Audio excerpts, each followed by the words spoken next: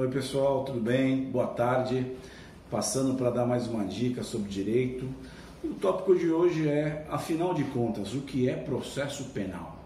Então vamos iniciar através de uma conceituação bem simples. Etimologicamente, o termo significa marcha adiante, procedere do italiano, ou seja, siga em frente, marcha adiante. E a partir dessa conceituação bem simples, nós já podemos traçar um raciocínio. O raciocínio seria o seguinte: se processo é marcha adiante, marcha à frente, se eventualmente esse processo tiver que andar para trás, então obviamente que nós estaremos observando o quê? Uma nulidade processual. Então, se é necessário retornar para refazer um ato processual, então nós vamos chamar isso de nulidade. Mas essa explicação inicial sobre a etimologia da palavra e dizer que processo é marcha adiante é por demais simplista. Processo é muito mais do que isso. E para explicar o que é processo, é necessário também fazer uma distinção entre processo e procedimento. Então, o processo é a marcha adiante, é um processo público, bilateral, onde o Estado dá a sua tutela jurisdicional às partes, e daqui a pouco vou falar sobre as partes, enquanto o procedimento é a exteriorização dos atos processuais. É através do procedimento que nós vamos contar a micro-história do crime, vamos fazer a recognição do crime, porque todo o processo, obviamente, é uma reconstrução do passado. Todo o processo ele é histórico. Chegando até as teorias sobre o processo, e são várias, eu elenquei aqui duas que entendo serem fundamentais e mais importantes. A primeira é do Boulon e se contrapõe à teoria do Boulon à teoria do Goldsmith. A teoria do Boulon, que diz que o processo é uma relação jurídica, ela traz informações extremamente importantes para a processualística moderna.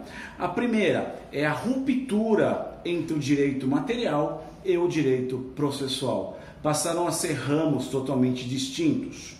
A segunda é a existência de partes, ou seja, agora nós temos partes que são antagônicas, que fazem a produção da prova, e nós temos um juiz equidistante das partes que vai dar uma sentença, vai dar uma solução final a esse processo penal.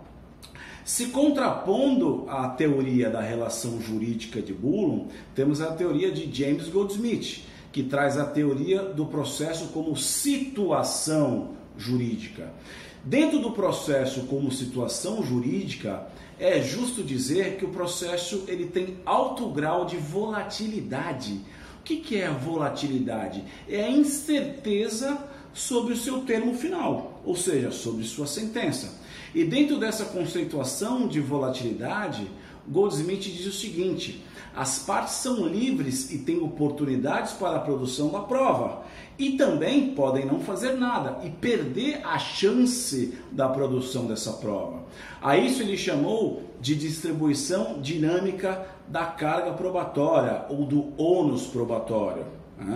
Mas lembrando que o ônus probatório no processo penal democrático constitucional é todo do Ministério Público. A defesa não tem que provar nada, ao passo que a construção da prova deverá sempre ser do Ministério Público. Então, na teoria de Goldsmith, ele diz que as partes têm a oportunidade de produzir a prova, como se fosse dentro de um campo de batalha, e aqueles que melhor explorar a prova nessa sua distribuição dinâmica têm a maior probabilidade de vencer a batalha, ou seja, de ter uma sentença de procedência. Então, essas são as duas teorias modernas que melhor vêm explicar o processo penal, do meu ponto de vista, e eu queria dividir com vocês. Em linhas finais, na minha visão, comparando todas essas teorias, eu entendo que o processo penal nada mais é do que uma luta constante pela captura psíquica do juiz. As partes terão a possibilidade de produção de provas, aqueles que performarem melhor terão uma chance superior de vencer o processo com uma sentença que atenda a seus interesses.